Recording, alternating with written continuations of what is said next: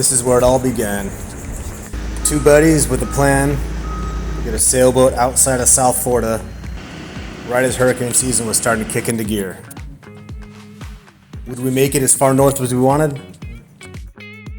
We wanted to make it all the way to Canada, but since we started in October, that plan quickly fell apart. And both of us didn't really have that much sailing experience, but we figured we'd pick it up on the way.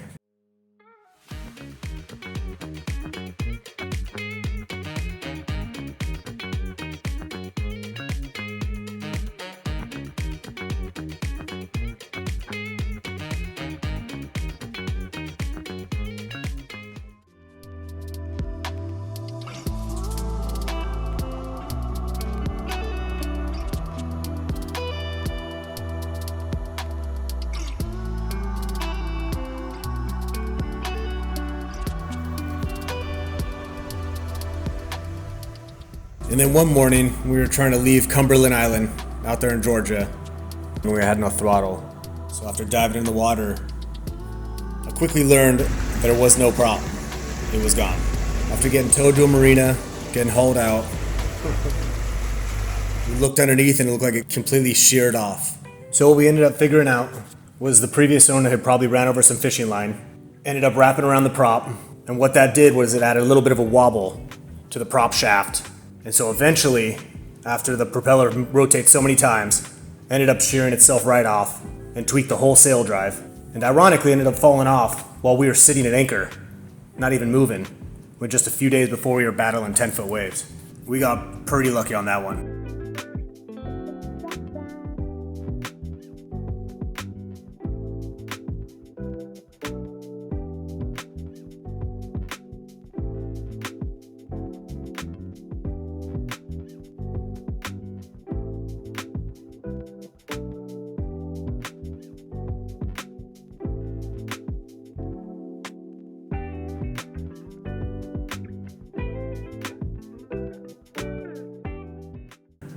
We left to hang out with family for a few months. Then once we came back, started working on upgrading the boat. We got solar on there, dinghy davits, security system, Starlink, water purifier. Had to fix a few things around the boat and try to get her ready to go straight through the Caribbean.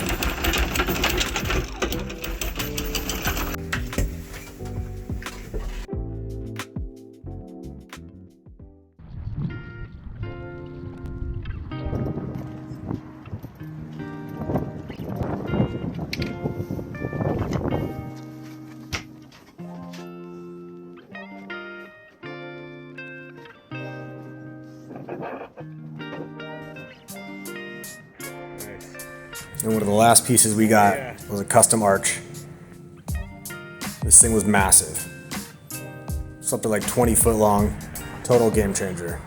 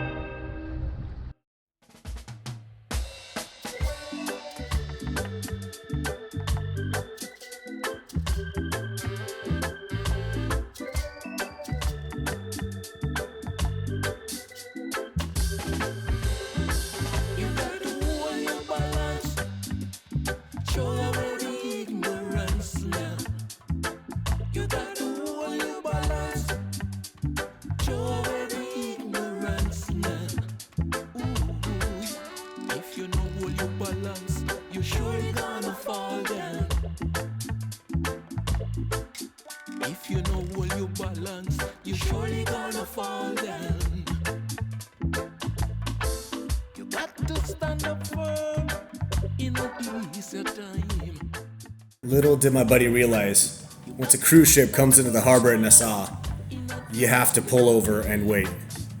He thought he was going to squeeze on the side, and the tugboats that guided that cruise ship were not too happy with us. So we ended up getting a pretty sufficient tongue lashing, and after checking our paperwork, we went on our way. Got to understand it. No time for losers, no time for lazy bones. No, no.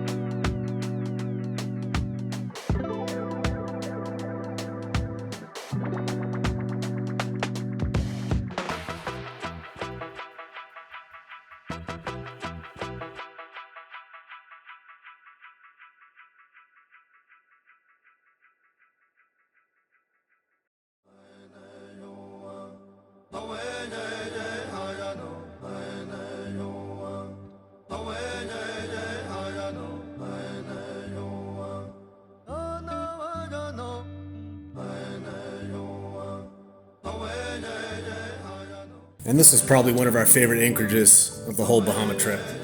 Out near an island called Crooked Island.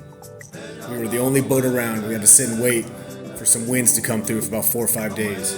Never saw another sailboat, just a few fishermen here and there. Pretty much had these pristine beaches all to ourselves. It was paradise.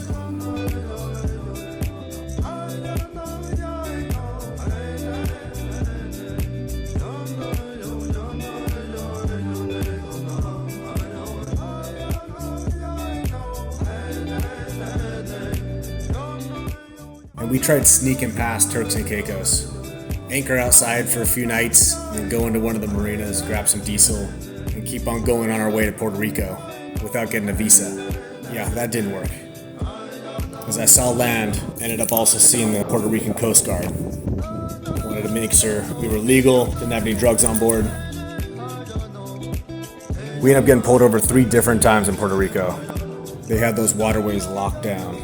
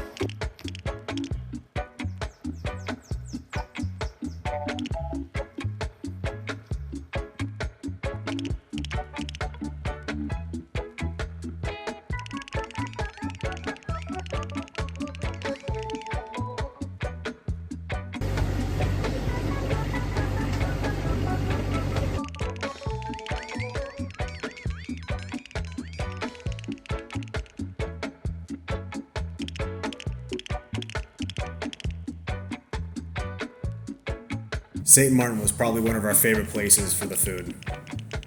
We had some friends down that we met up with, hung out and enjoyed the island, did a little hiking. but the food was one we'll never forget. So good.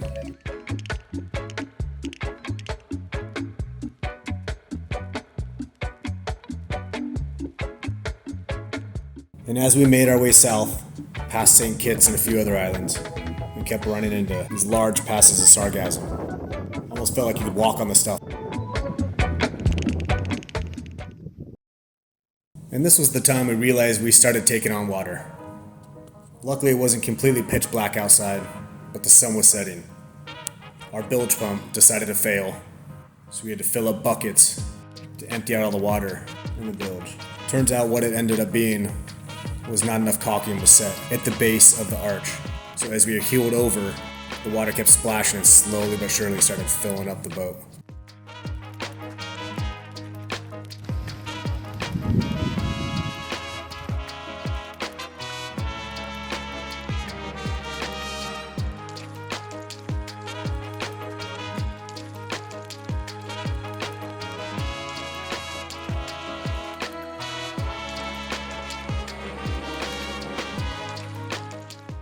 And the island of Dominica was one we were really looking forward to.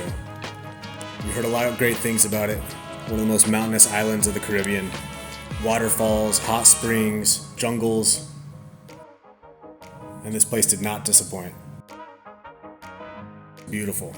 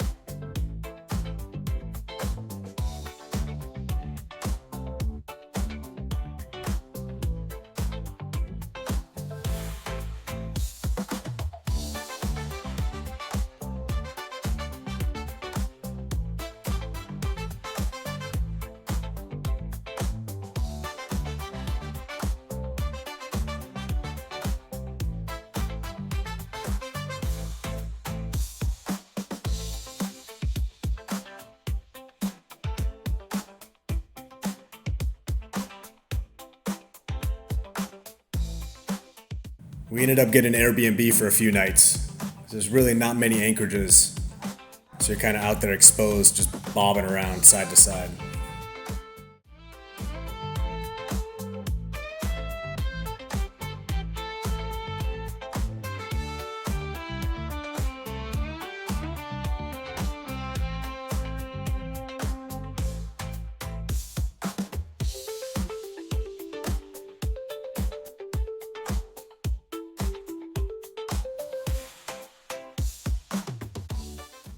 And this was one of the hikes all the locals raved about.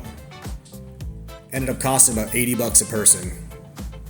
You had to hire a local guide to take you to the boiling lake, second largest in the world, number one being New Zealand.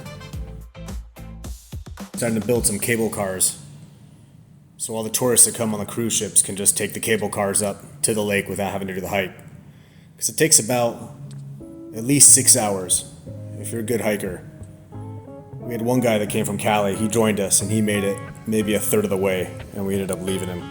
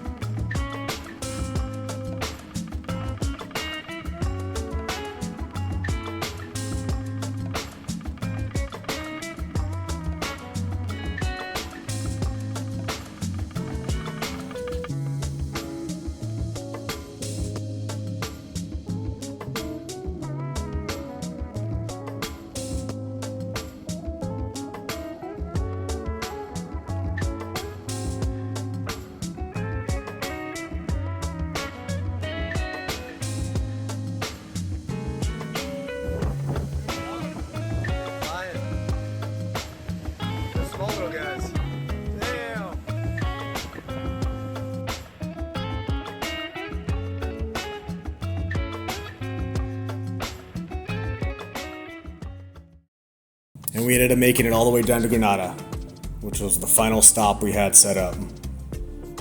Took about 2 months, took a little over 1,500 miles, but now we're out of hurricane zone. Now we can store the boat, get it repaired because there's always something broken on it, and we can head back home and get back to the real world. The adventure was about to come to an end.